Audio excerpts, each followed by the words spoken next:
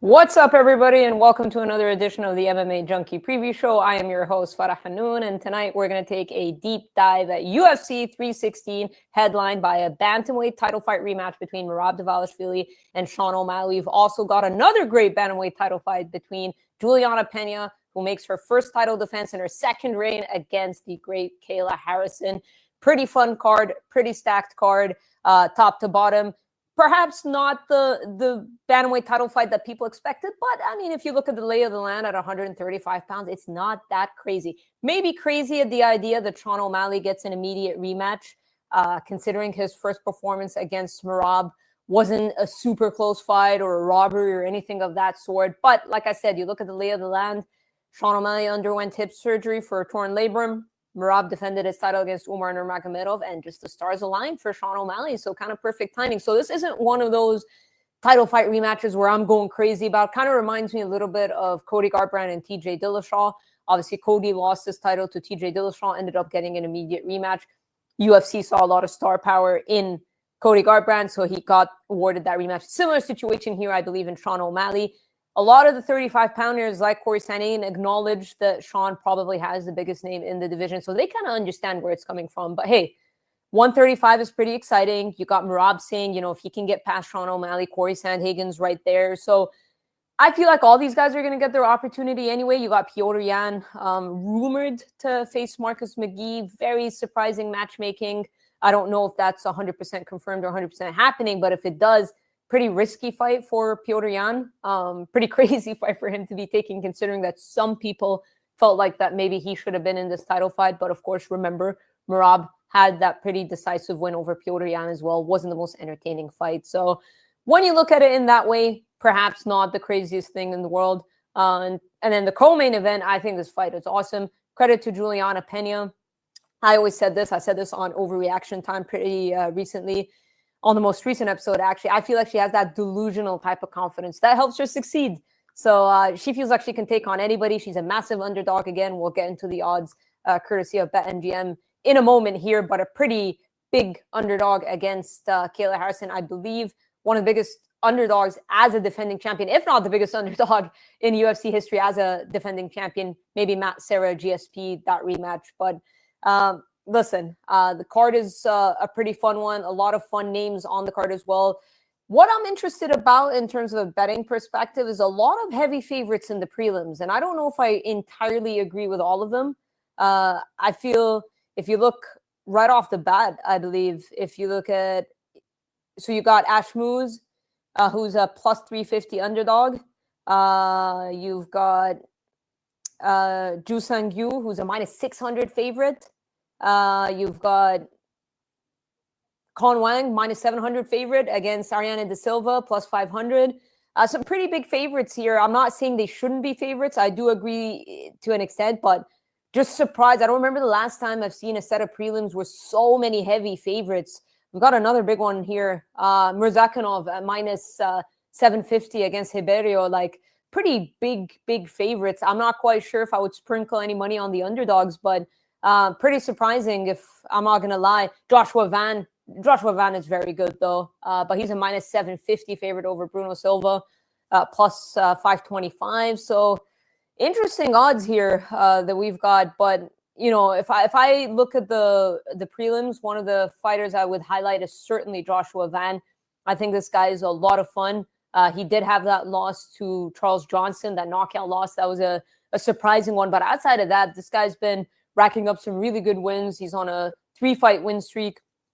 Lost to Charles Johnson was his first in the UFC, but this is a guy who could be in the title picture soon if he can rack up some more wins. I'm not sure about the matchmaking, hence I guess the odds suggest that maybe I would have liked to see a bigger step up in competition for him if we want to put him in the title picture. UFC featured him on Embedded, had a nice little segment on him, so obviously the UFC understand that this guy is a popular fighter, a fun fighter.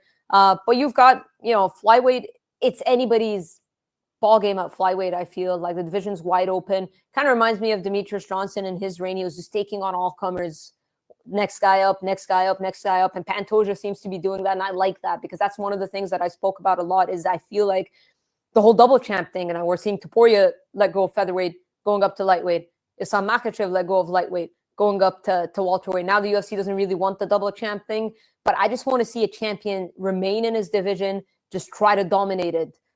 Perhaps Merab, you know, he said to Volkanovski, I don't want to go up to 45. I don't want to fight you. You're too strong. I know these guys have a lot of respect for each other. Merab went on Volkanovski's cooking show and everything. But I want to see champions to stay in their division, rack up a lot of title defenses. When we talk about greatest of all time, I think we tend to stick to those similar guys, the George St. Pierre, John Jones, Anderson Silva, Demetrius Johnson, the Mount Rushmore. We kind of always go to these four most of the time because of the title defenses. And we just haven't seen a recent time. Obviously, Kamaru tried. He had 5. Israel Adesanya had 5. That's very impressive. But it's been a minute. Jose Aldo back in the day. But it's been a minute that we've seen somebody just try to really surpass. And I felt like Islam Makhachev had the skills to reign over lightweight for a very long time. But now he's at welterweight. Ilia Topuria, a lot of people like thinking like, who is going to beat this guy, right? Like back-to-back knockouts off of Volkanovski and Max Holloway, but decides to let go of the belt and go up to 55. I understand the weight cut is tough. But I'm just waiting for a champion to just stay there. Merab looks like a champion that has that ability of racking up so many title defenses. He has one only, and people are already mentioning. John Anik told George Ngoz at MMA Junkie Radio that he feels like he's the Bantamweight GOAT, and a lot of people went crazy. I mean, John Wood had said it as well to MMA Junkie Radio, and people are like, slow down, are you crazy? He's had one title defense only. John Wood kind of backtracked that in his most recent interview with MMA Junkie Radio, but we're just kind of talking about his resume, right? Like the names he's got on his resume, the Jose Aldos, the Henry Cejudos, champion of Sean O'Malley, champion on his resume, Umar Nurmagomedov, undefeated. He's got Piotr Jan, former champion. But it doesn't take much, right? Aljamain Sterling has a record of 3. Just need a couple more title defenses. So this whole double champ thing or letting go on the division and going up, this stuff is killing me. Like I want somebody to just stay and try to dominate, get to 4, 5, 6, 7, 8, enter the GOAT conversation, right? Because that's what when we nitpick, that's what we're looking at. Khabib is the perfect example. Undefeated, undisputed champion. A lot of people like, no, you can't put him, can't call him the GOAT, can't put him in Mount Rushmore. You get people arguing. Now, obviously, he retired earlier than a lot of people would have wanted. He had 3 title defenses, but what if Khabib stuck around, had 5, had 7, had 8, plus his undefeated record and whatnot? So that's what I want to see. I just want to see champions stick in their division, try to notch as many title defenses. It seems like Pantoja is trying to do that. It seems like Merab is another guy who's trying to do that. And going up against Sean O'Malley, that would be his 2nd title defense if successful. But the big storyline here with this main event has been Sean O'Malley and the changes he's made, right? He said he came into the first fight with a torn labrum in his hip. He underwent surgery after it. Made a lot of lifestyle changes, quit smoking weed. He's been completely focused, even came in with the hair, like his natural hair color. He seems a lot. And look, I've seen a lot of people on social media saying like, I have a gut feeling Sean O'Malley gets this done. So he's obviously done a very good job of convincing people that all these changes he's made is going to amount to something. Odds makers have Merab as a moderate favorite or a slight favorite, I believe. He is at minus 275, which I think is fair, plus 220 O'Malley. I think that's pretty fair considering the way the first fight went. The more and more I watch the first fight, the more I realize that, yeah, it was a closer fight, excuse me. But Merab won that fight. I don't think if I watched it another 10 times, I would change my mind. Merab won that fight. Merab does Merab, right? He's not Khabib, like he's not going to take you down and like smash you and necessarily get 10-8 rounds. Like he'll control you and he manages his pace and his cardio is super impressive. Like he knows how to do just enough to win those rounds. So he understands how to play the game. He understands that it's not a sprint, it's a marathon. He knows how to play these 5-round fights, and that's what he does. Now, I will say from the first fight, what impressed me the most about Sean O'Malley is that he had his best moments in the 5th round. The fact that he had the cardio after being out grappled, but that's another thing because Merab doesn't necessarily make you work that much. Like he'll stack you against the fence. It's frustrating. He'll stifle you, but he's not necessarily making you work that much. It's doing just enough to make sure that he wins those rounds, doesn't take a crazy amount of damage. But Sean O'Malley, obviously in the 5th round, that's when he had his best moments. And I was impressed with that. The fact that he had the cardio in the 5th round to hurt him to the body and do that fantastic work. But before we continue diving in more into the main event, I'm going to be joined by my co-host for today, Hablemos MMA podcast host, Danny Segura. What's up, Danny? I'm muted. Hey, Farah, how are you? I'm doing good. I'm doing good. I was just talking about the first fight between Merab and O'Malley and how the more and more I watched it, the more I believed that, yeah, maybe it wasn't that crazy dominant performance, but there's no world where I watched it. I can watch it 20 times where I felt like Sean won. It's definitely a Merab fight, definitely a Merab win, but maybe Sean didn't do as bad as I thought. Is that fair from after watching it more times? How about you? I think that's fair. I think the body language that Sean had didn't help him at all, and it made the fight look very uneven, as well as the body language from Merab that looked like he was just oozing confidence. And then you add the kissing of the back and all that stuff. Like, that just, if you think someone does that in the middle of a fight, you'd think, oh, this guy's just completely dominating. And he did win the fight, and he did win the fight clearly. I don't think there was anyone that scored it for O'Malley, but O'Malley did have his moments, and he did win 2 out of the 3 rounds on 2 of the judges' scorecards. Yeah, because it was an interesting comment that Javier Mendez made about Merab and Omar Nurmagomedov. He's like, take Merab's antics away, the judges wouldn't have been swayed, and it was a lot closer. And I still thought Merab won. Yeah, I thought Merab won that fight, but it is smart by Merab as well. Like him, just his body language in the fight, just looking like he's trilling, right? And I was talking about how this isn't Khabib. He's not taking you down and smashing you with ground and pound. He just seems to do enough to win those rounds and not maybe take risks or want to exert that energy. Obviously, his cardio is amazing, but it just seems like he doesn't feel the need to overexert that energy. But he is talking about wanting to get a finish. We heard John Wood say it. We heard Merab say it. How much do you believe? Because with a guy like Sean O'Malley, if you get a little over-aggressive, you're going to probably allow him to escape out of those positions, right? Like this kind of reminds me a little bit of Bilal and JDM when I was watching that fight. Sometimes when Bilal did manage to get those takedowns, he was kind of trying to go for stuff, which is what allowed JDM to scramble back up. Yeah. I think we're going to see the exact same Merab, honestly. I don't expect them to get a finish here over O'Malley. Maybe there is a little bit less antics. Maybe there is a little bit of more damage. But I think at this point, he is who he is. He is he's on a crazy fight win streak. And like, how many finishes does he have in totality in the UFC? I think only like 1, if I'm not mistaken. And the Marlon Moraes should be, yeah. Yeah. And you're telling me like for all that entirety, and we're talking about years of work, just now he's like, oh, okay, now I think I can get the finish. I'm going to focus on that. I do believe he's getting better, but when you're a finisher, that is shown since the very early stages of an amateur career, of a professional career, of your first few fights in the UFC. And he's just not a finisher, and that's fine. And not everyone has knockout power. Not everyone's a threat in terms of the jiu-jitsu. So I do expect him to be more dominant, but I don't know if he submits or knocks out Sean O'Malley. I don't think that's the case. You expect him to be more dominant than the first fight? You expect Merab to have his way even more? I do, but I do have some concerns as well. I think a lot of people think that this is a given for Merab, a Merab decision, and if I have to pick a way of victory, I am going to go that route. But think about this: O'Malley was able to get 2 rounds out of 5. Sorry. On 2 judges' scorecards, and he entered that fight injured, right? Because we know he did get a surgery for that, and now he enters the fight healthy. He already fought him once, so he already knows what to expect. A full camp as well. There's a little bit more footage on Merab, given the Nurmagomedov fight as well. Now the one that is being pulled to do media and all that, it being the champion Merab, like. O'Malley has a lot more in favor, I would say, going into this fight than he did in the first.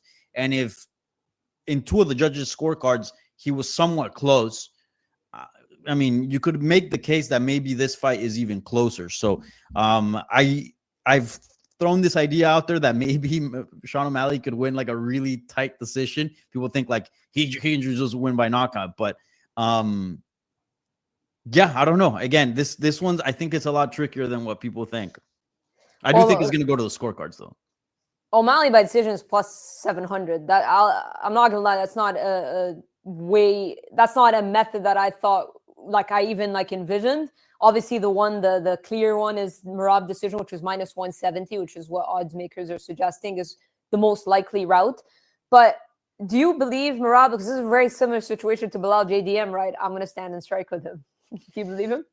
No, I didn't believe Bilal. really I didn't don't. believe it, but I didn't believe him. Bilal. But I didn't believe Bilal, and look what we That got. is true, but Bilal had shown improvement in his hands, so you can kind of see like him falling a little bit, not in love with his hands, but like more confident. So like wanting to do that.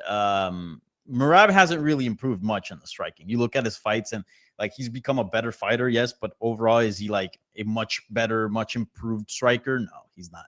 So there is that difference. But back to the point that I was making. What do you think about that? Because I feel like a lot of people are not talking about it. Like if you just take it step by step, it can be really easy to get to a O'Malley decision, right? Like, do you believe O'Malley enters this fight under better circumstances than he did the first fight?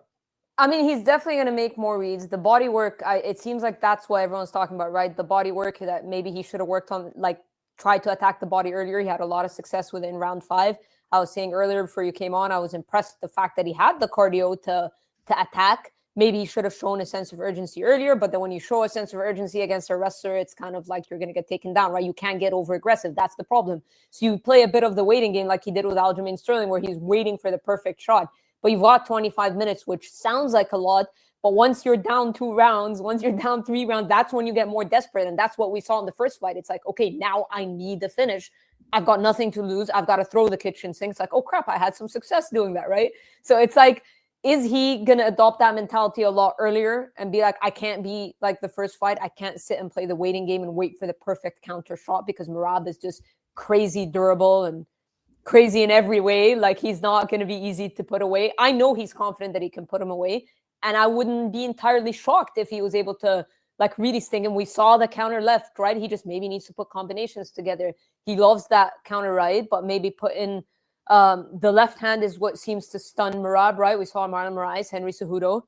But it's just a matter of O'Malley needs to make Merab think earlier. Even if he gives up the first couple of rounds, even if he ends up landing a few shots and ends on his back, it's what you talked about, right? Maybe winning a decision. If he can create more damage in the strikes than Merab does, because I told you, Merab doesn't do that much, right? When he gets you down, it's not like he's working for these submissions. It's not like heavy ground and pound. So if O'Malley stings him early and gets taken down, he could win those rounds, right? So when you put it that way, it's not really a crazy thought. He just needs to go earlier. He needs to go earlier. Look, there's 5 rounds. He won 2, lost 3. He just needs to do a little bit better than he did the first fight to flip that, to turn that 3 into a 2 and vice versa for Merab. And again, he's entering this fight healthy. He didn't do much media. He cut a lot of his vices. He seems to be dialed in.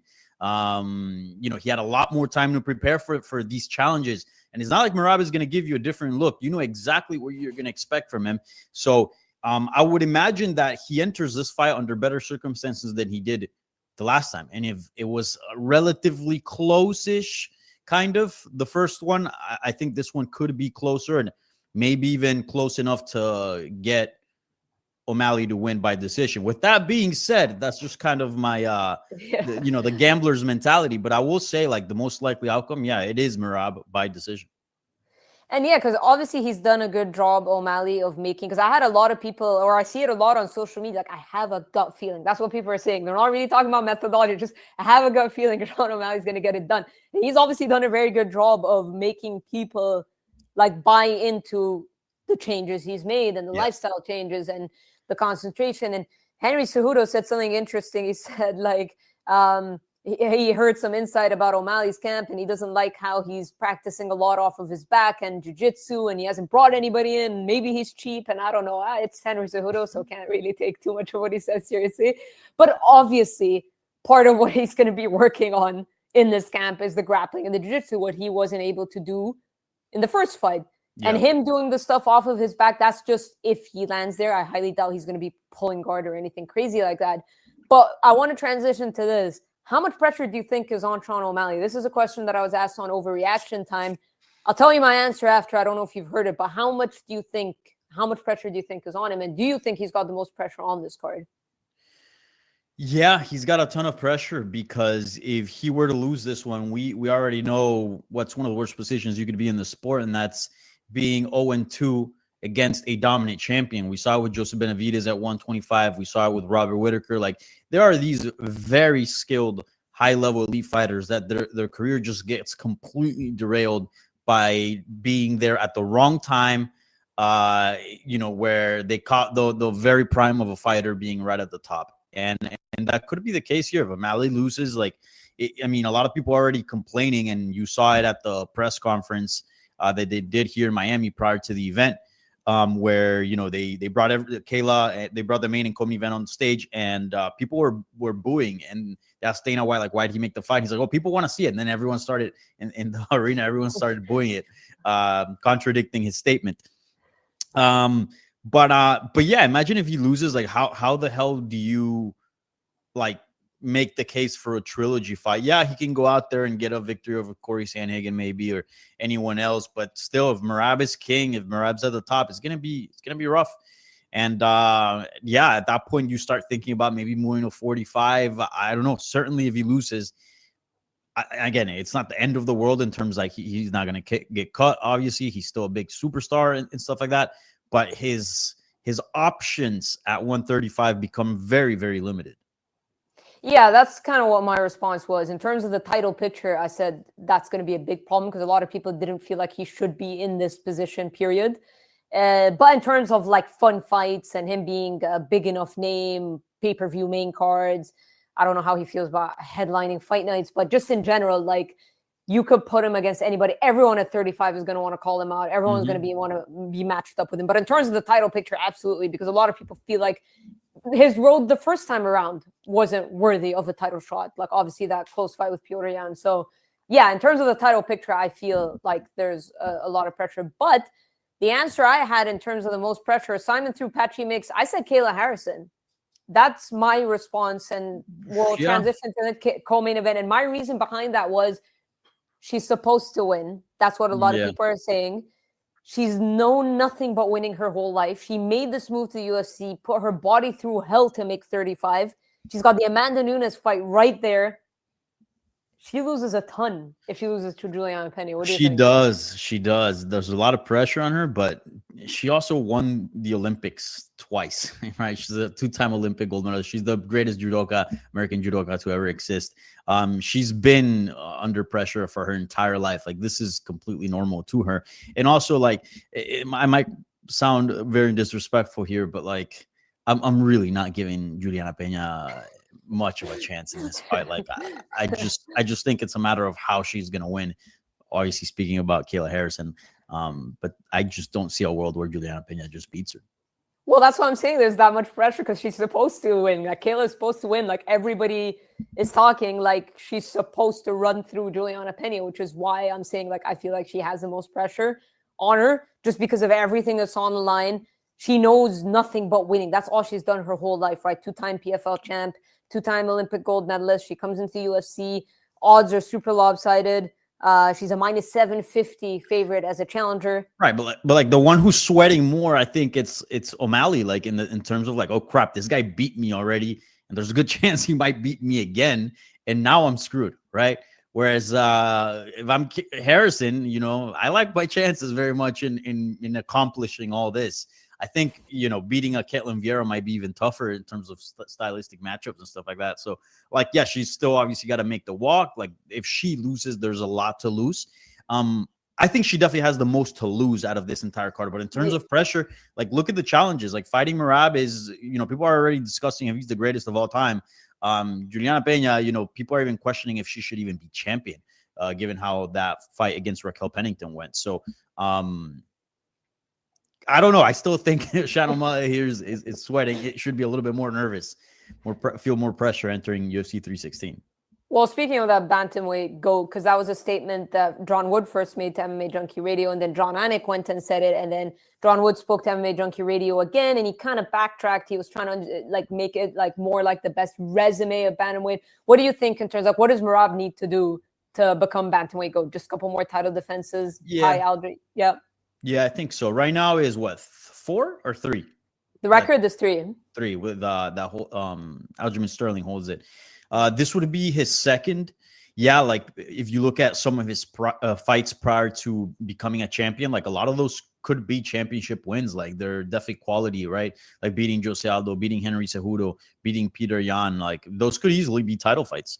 But the fact is that they weren't. And a title fight is much different than headlining a fight night, you know, or whatever. So yeah, he just needs title defenses. I do think that conversation is a bit premature. I wonder if that conversation is also triggered because, you know, there's also O'Malley or Merab didn't give us a lot to talk about in terms of like angles to this new fight and stuff like that. So people are like, fuck it, let's just talk about who's the GOAT at 35, right? But like, I do think it's premature. Like, dude, this is just his second title defense. Yeah, he like did a lot to get to that point, but you know, Sterling defended it 3 times. Dominic Cruz had a great run, and keep in mind also he was champion at WEC. So I think, you know, 1 or 2 more at most, 2 more, and I think he's definitely up there, if not the guy. Yeah, I agree. I think we got a little carried away or a little too excited. Yeah. But another thing John Anik spoke about was Kayla having the potential of being the face of women's MMA if she can get past Juliana Peña. Talked about the lack of maybe American champions currently in the UFC. Goes back, maybe like you said, most to lose. It's all for the taking for Kayla Harrison, I feel. Yeah, so much to gain, right? Like I do think in terms of, and I said this on a preview that I did in Spanish for my YouTube channel, Hablemos MMA. This is probably the biggest day in the history of the bantamweight division because it's both male and female, right? Like just in the history of 135 pounds, like this might be one of the most important days. Not only do we, you know, see a champion, not only is there an undisputed belt in the main event for the men's, but we also got Patchy Mix, who's regarded as maybe the best ever outside of the UFC and maybe even the best ever, like best right now, making his debut. Obviously, we'll find out and we'll get into that in a minute. But then we also have another undisputed title in the women's side. And then whoever wins, like, has a good shot at, well, I think at this point, he's 100% certain, will draw back Amanda Nunes, the greatest of all time. So, like, a lot is on the line and a lot is happening at 135 pounds. And, like, yeah, Kayla, everything has just worked out for her perfectly. I think her building a resume at PFL, you know, you look at what happened to like Bo Nickel, for example, and I know their pedigree is a little bit different, but in the sense that, you know, he didn't get a PFL, he didn't get a Bellator, right? Where like it's a good promotion, but not as tough as the UFC. He got thrown straight into the wolves, and even then he kind of got, you know, soft launch a little bit before getting some of the bigger fights in the ranked fights. But Kayla got so much experience fighting in the PFL, and now she is joining the UFC and, you know, earned her way to the belt and could potentially fight, you know, her team. It just seems like a movie. Like, definitely this story for me is the most interesting one out of the entire card. Clearly enough to get Amanda Nunes out of retirement, right? Because her retiring in the first place just seemed like she was kind of bored, like she kind of cemented herself as perhaps the greatest female fighter of all time and stuff. And now all of a sudden it's like she sees exciting stuff. Because if Juliana Peña can get past Kayla Harrison, obviously she's going to have both Kayla and Amanda on her resume, and that would build a trilogy fight, regardless of how the rematch went, but would build the trilogy bout in a pretty exciting fashion with her and Nunes. But you said you just don't see a world where Juliana Peña wins, huh? I don't. But then again, I did see Juliana Peña beat Amanda Nunes, which I still can't believe, but it did happen. So I guess never say never, but like I actually think that this is a much more difficult fight for Juliana Peña, stylistically speaking, than Amanda Nunes. Even though Amanda is the GOAT, Amanda, prior to that fight, had fights where she had gassed out. And, you know, if there's definitely like a scenario where like someone very durable with cardio could definitely push her. And if she's not 100%, maybe, you know, maybe there's some trouble there. We didn't think it was going to be Juliana, but hindsight, it kind of makes sense. Whereas Kayla, like she always enters prepared. She's never had any cardio issues. Yeah, like I just think this is a really bad matchup for her. So you don't see like the extra pound she had to cut 5 rounds at 135, nothing? You don't, do you see it going that far? Because I'll give you the individual odds for Kayla and Juliana. Harrison by submission. Okay, let me see. Plus 125. So I think she gets it done before the championship rounds. Okay, so it's plus 125 KO by submission, plus 200 by decision, plus 275 by knockout. For Juliana, plus 2,000 for KO or TKO. Someone could buy a house here. Plus 1,200 by submission and plus 1,100 by decision for Juliana. I actually see a world where she gets a TKO before a decision. I don't know about you. I mean, well, maybe like a cut or something, like, right? Like anybody can. Or like or some sort of ground and pound. But I don't know. Yeah, I mean, I don't think she can control Kayla. I don't think she could control her, but like, you need to control her to get some shots in, right? And I don't think she's knocking her out. I think maybe like a cut, like an elbow or something, and she's fine. But like the doctor's just like, yo, you just can't keep fighting. Maybe something like that. And again, it sounds very disrespectful because she is the champion, but that's just how I see it. And if I'm wrong, then, you know, I'll come on this very show and I'll admit that I'm wrong and, you know, pay my respects to the champion and all that. And then I'll take the L. But I just don't believe she's going to win. What is her path to victory? I know you just said you don't see a world of it, but like if you can imagine a world, what is Juliana's hope she gasses out? Just make the fight wild, crazy. I mean, the striking, Kayla has shown holes in her striking. I know Juliana isn't exactly a glory kickboxer, but Juliana's striking's not good. It's not good. I think Kayla's is better. I think Kayla has more power. So just pressure and just, you know, make it a cardio fight and, you know, push her to the brink and test that weight cut. But you don't want to clinch, though, if you're Juliana. Anything that just involves, you know, high-paced intensity, you know, whatever. Again, I don't know. It's so difficult because I just don't see her winning. But, like, can she stay at a distance and outbox her? Like, I really don't think so. Just make it into just get Kayla emotional, get Kayla to not fight technical. Because she clearly is the better fighter. So, like, you want her to not fight up to her ability, turn this into a brawl, make it personal, make it dirty, and see what happens. Yeah, I mean, I'm trying to vouch for Juliana a little bit. Maybe the submission skills, I don't know, off of her back, probably not. But, you know, maybe she can sneak out, take Kayla's back. No? Okay, I tried. But, look, I have Kayla, too. I picked Kayla. I agree. I don't think it's a good stylistic matchup for her because Juliana usually excels in the grappling. And if you're going to get someone who's bigger and stronger than her, then yeah, I mean, it's a tough stylistic matchup. Yeah. But hey, you never know. You never know. You never know. MMA is a weird sport. Do you wanna buy a house? Put Juliana by TKO. No. Good renting. You're good renting. All right. Well, let's talk about some of the other fights. You mentioned Patchy Mix, very highly anticipated debut. I've always liked Patchy Mix's mentality. I mean, I spoke to him in Abu Dhabi. He was there grappling, and he just didn't seem like he wanted to disrespect the PFL. He didn't really take the similar route that a lot of the other guys did when they were stuck in their contracts. Try to stay patient, and obviously things must have been a lot easier for him. He's under the same management as Aaron Pico and stuff. Seeing the other guys kind of work things out probably made it a little bit easier for him. So he played the waiting game, but ends up short notice against Mario Bautista. Maybe a little anticlimactic. What do you think? I think this is fine. He's getting a top 10 in the world. I mean, Kayla did the same thing, right? She debuted against Holly Holm, obviously a former champion, so definitely a little bit more prestige there, but still the same in terms of like where she was at the ranking. So I think this is fine. He's getting to fight not exactly in his home state, but close enough, given that he's in a New York guy. He's fighting on the main card of a pay-per-view. On his very same weight class, like the belt of his very same weight class is being disputed in the main event, so he kind of aligned himself with that storyline a little bit.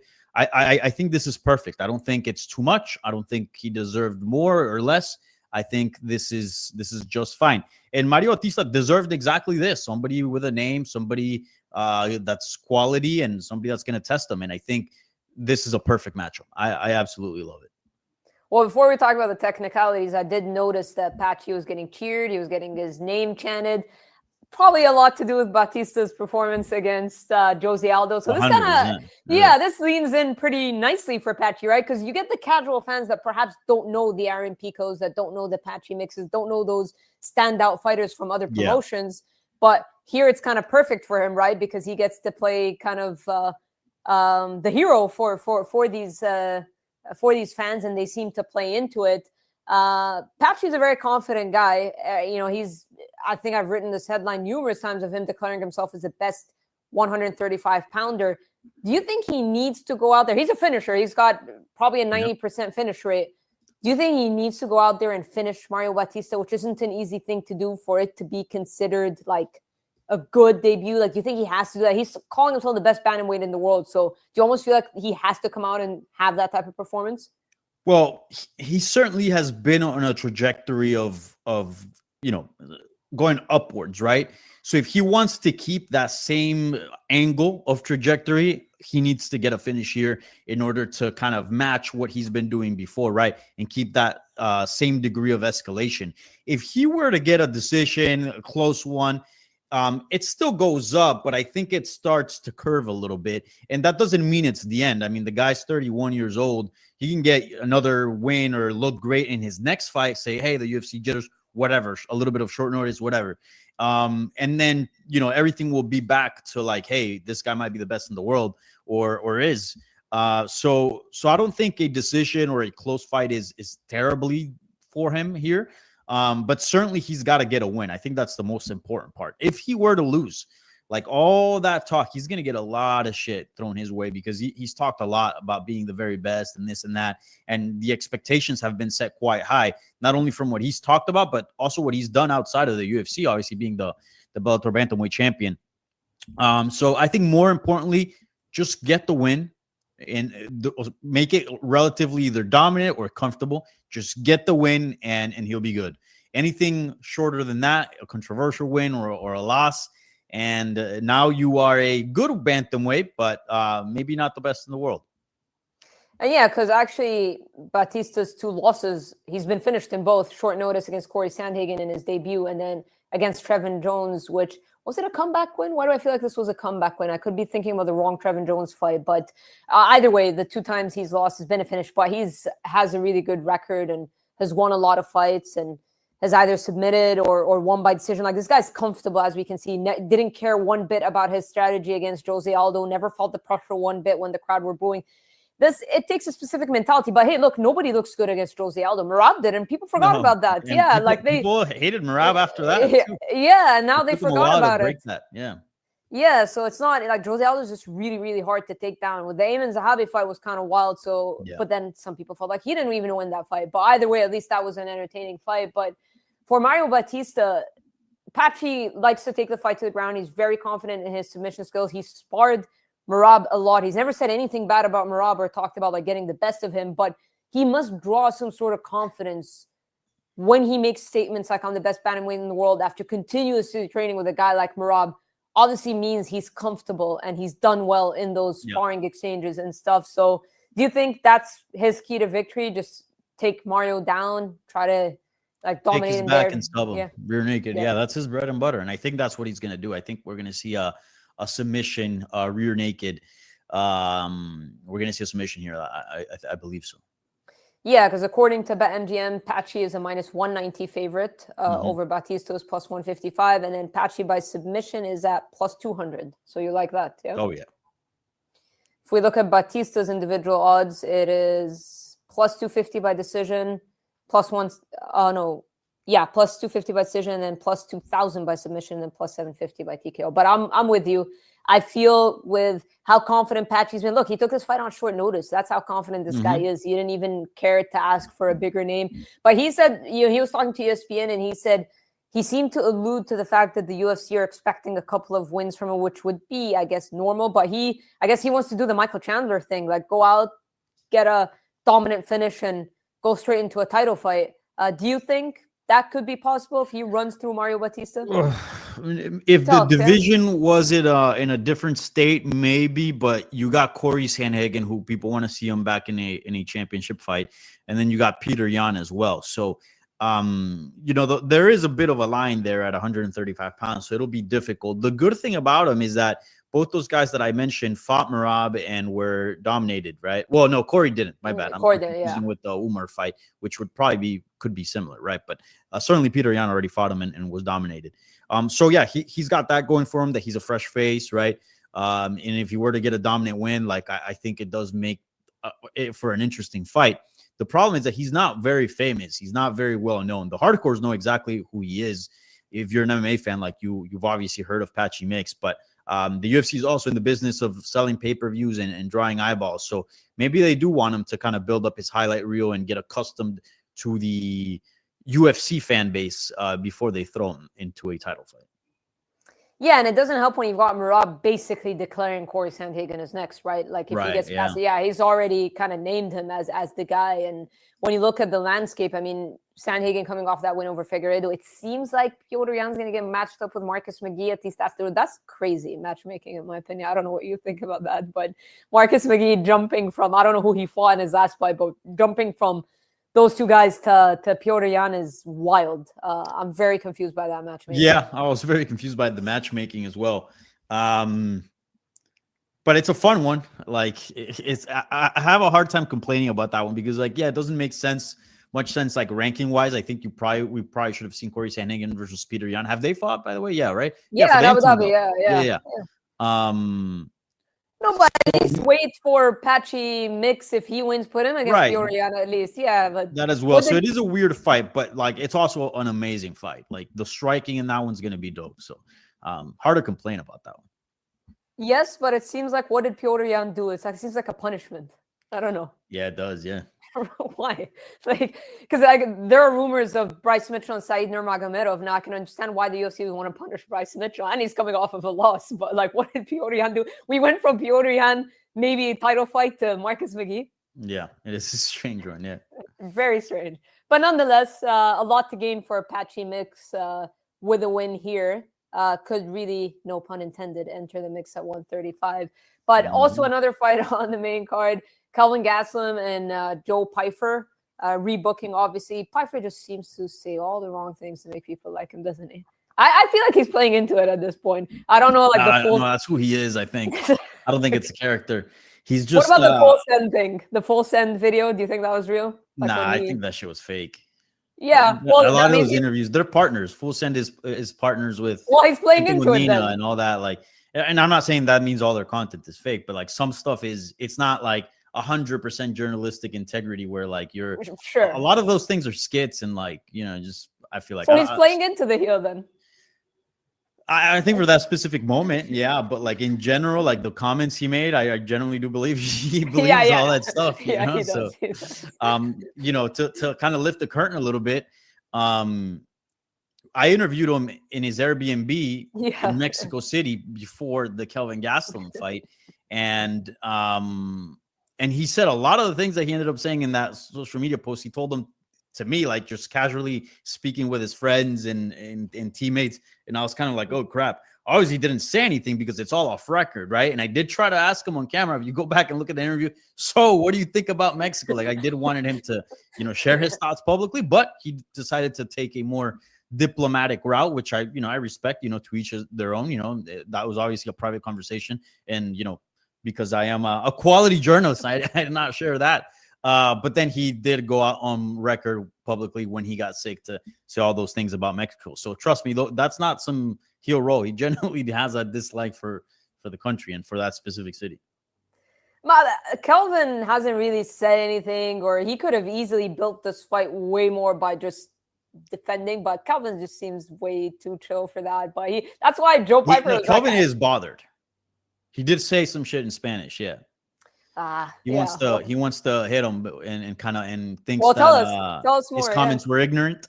Yeah. And he wants to darle coscorrones, meaning punch him and kind of make him pay for what he said. And he thinks those comments are stupid and very disrespectful, and he didn't like them. That's what he said. Well, I'd like to think he would have at least said that. But because obviously Pyfer's not aware, because Pyfer's like, I'm going to be respectful. Like, Kelvin's been very respectful. Like, I'm not going to say anything. Like, that's what kind of he didn't really. But I feel like this fight could have been built way more. Yeah. This one's a fun one. I like this one. I think I'm kind of back and forth. I think Pyfer's going to win here, but, you know, there's still some. I don't know. Maybe the odds. I certainly don't feel comfortable with the odds right now. But yeah, this one's going to be a fun one. We'll see what happens. Yeah. So Pyfer is a -450 favorite. Gastelum +350. Gastelum looked good against Daniel Rodriguez. He did. But man, because it's like the Kelvin we know, like, is a very, very good fighter. But obviously he's had mixed results. Sean Brady was like a lot of dominant ground control. He had that win over Chris Curtis, which wasn't like a crazy impressive win. And then he fought like really good guys, Jared Cannonier, Robert Whitaker. The Hermanson one was so quick, right? Can't really judge too much. Then we're going way back. Darren Till, that was a split decision. Adesanya was a Hall of Fame worthy type of fight. So I don't know what to think of. The Heinrich fight was not very impressive either. I think Rodriguez was probably his best performance in a very long time out of his recent wins. But Pyfer hits hard. I guess has the record on the machine, right? Hardest puncher. Yeah, I am leaning towards Pyfer. Do you think he's the first to knock out Kelvin Gastelum, or how do you see Pyfer getting it done? This is such a tough one because like Kelvin's got an incredible chin, right? Like his durability is ridiculous, but that's not, you know, that durability is fight night. Like we've seen it. We've seen it over and over and over in the sport. These super tough guys that eventually get knocked out. Look at Max Holloway, you know. Yeah. Your durability just as you get older and as you take more punishment, it just goes, you know. And certainly Kelvin has been through a lot of wars, through a lot of camps, through a lot of damage, and he is already getting up there in age. He did start MMA and his UFC run at an early age, so like he might be biologically young or you know still in his mid-30s, but like he's got a lot of mileage on him. And then you get a guy with all the confidence in the world like Pyfer that is, you know, twice his size and hits like a truck. I think if like there's going to be someone to be the first to put him away, I think Pyfer's a good candidate to be that guy. So this one's a tough one. I actually think that Pyfer wins by submission. He is much bigger than Kelvin. He trains with Sean Brady, who submitted Kelvin. Sean Brady obviously had to have a role in his training camp and in preparation. He's got good wrestling, you know, and I feel like he's probably going to try to go out there and finish Kelvin. He's going to find a lot of difficulty in doing so because he is so durable, and will probably try to put his eyes on him and try to get a submission. So. All right. Well, submission or decision? Pyfer. Well, it's Pyfer by submission is +325, by decision is +150, and by knockout is +225. So it's actually the least favorable odds is Pyfer by submission. So interesting pick there, +325. But yeah, I mean, when you think about it that way, and Sean Brady is very, very good grappler. But thinking about it that way, I mean, Pyfer's got a lot of submissions, especially earlier in his career. Pyfer's pretty well rounded. He hits hard, but he's a submission guy as well, especially from top, arm triangles, stuff like that. Yeah, that's never thought of it that way, but that's actually not a bad prediction. But I am leaning Pyfer here as well, and he's a pretty big favorite at -450. We'll find out in a matter of moments. Before we wrap up, let's talk about Vicente Luque and Kevin Holland. Holland is, I don't know what to think of this fight. I love it too, and I think it'll bring the best out of Vicente Luque, because obviously Vicente Luque hasn't really, I guess it's fair to say, been the Vicente Luque of old, because that guy was on a freaking tear. One of his wins being over former champion Bilal Muhammad, but lately, and obviously because of everything that he went through, understandable. But when he's good, he's very good. But just lately, his results, like the Dos Anjos performance, wasn't his best. Themba Gorimbo, that was a 52-second performance, but that's got to do a lot to your confidence, right? Granted, it's a step down in competition from the Joaquin Buckleys and the Jeff Neals and losing that rematch to Bilal. But when he's good, when he's on, this guy is really, really good. And Kevin Holland, like, he's talented, but he's just one of those guys that I feel like shoots himself in the foot as well. Like the way he handles the media, the way lately is just weird. Like this guy used to be a fan favorite. He used to be the guy who was so active and stuff. And then feels like after that appearance on the Jackson podcast, it's just, I don't know. He's a tough one to, he's so talented, but I just almost feel like he shoots himself in the foot. I don't know. What do you think of Kevin Holland? Yeah. I agree with you in the analysis of Vicente Luque. We used to see a very consistent Vicente Luque, like we knew exactly what we were going to get. But now that he's taken more damage and he's older, we're starting to see age play a factor and kind of give him those inconsistent performances. Some performances he looks old, some he's still young enough or close enough to his prime where he can kind of draw that back, sometimes.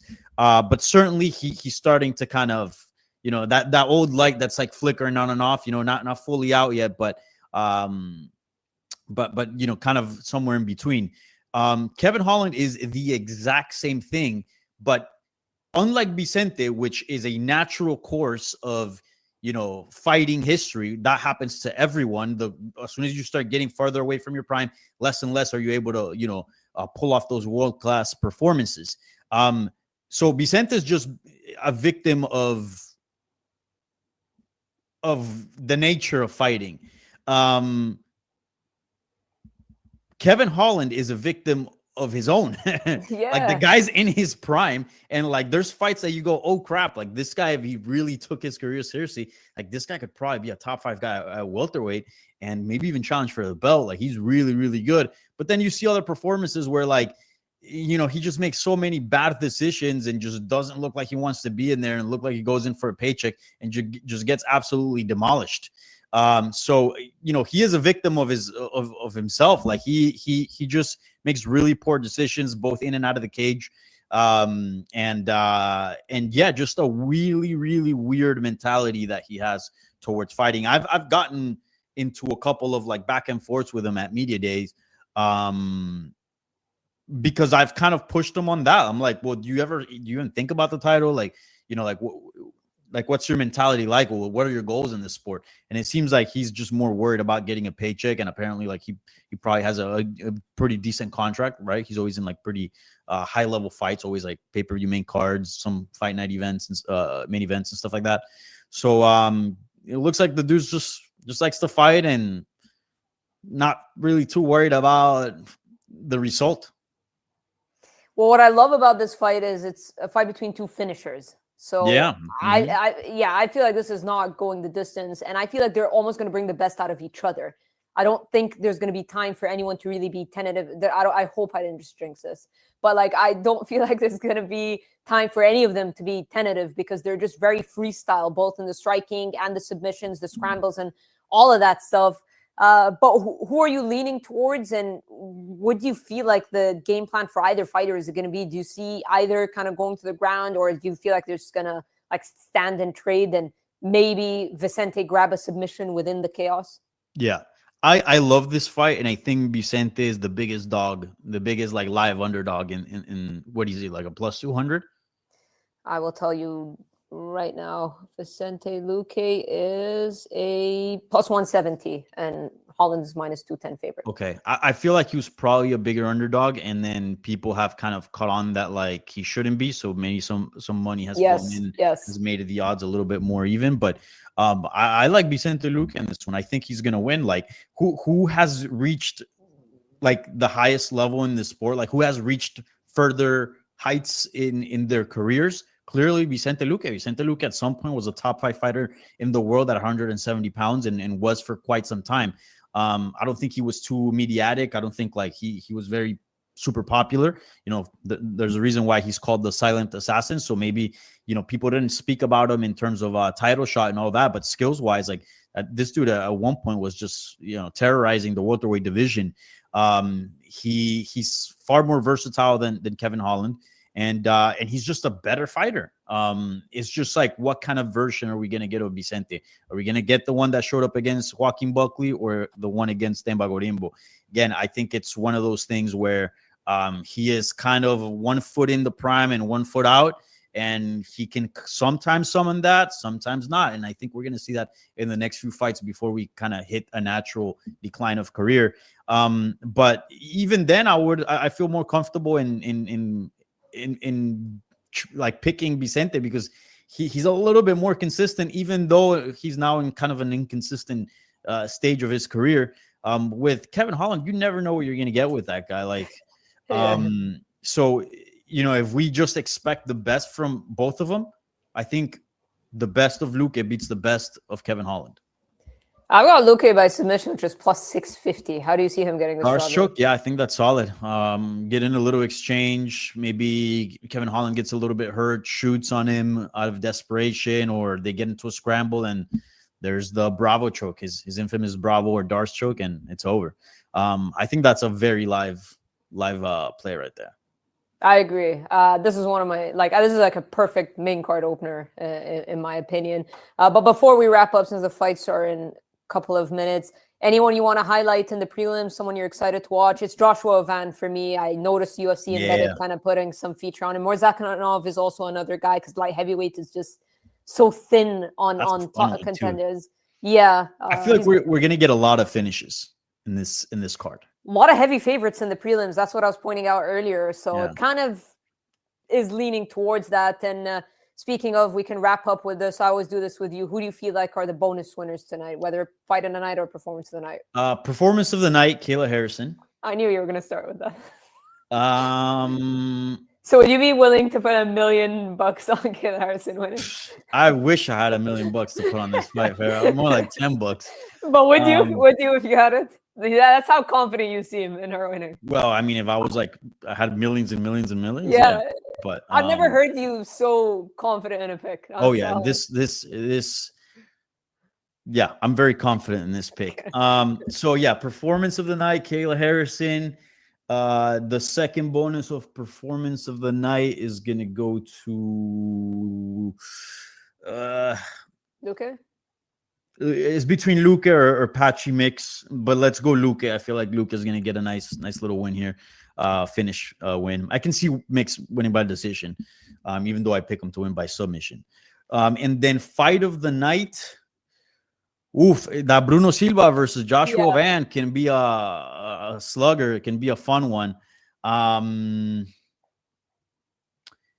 Also, I feel like Ariane Da Silva, formerly known as Ariane Lipski versus Wong Kong. I feel like that's going to be a fun one as well. A lot of violence in that one.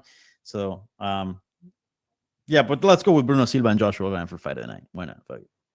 All right, and it seems like in terms of storylines, it's pretty clear what we're going to get next, I guess, especially in terms of Kayla and Juliana. That fight is already set up. I'm assuming they're going to face off with Amanda Nunes. Do Kayla or Juliana beat Amanda Nunes? Juliana, no. Kayla, I want to see how she looks against, because this is the first time she makes 135 pounds on the dot. So I want to see how she looks in a championship fight, fighting at 135 pounds. That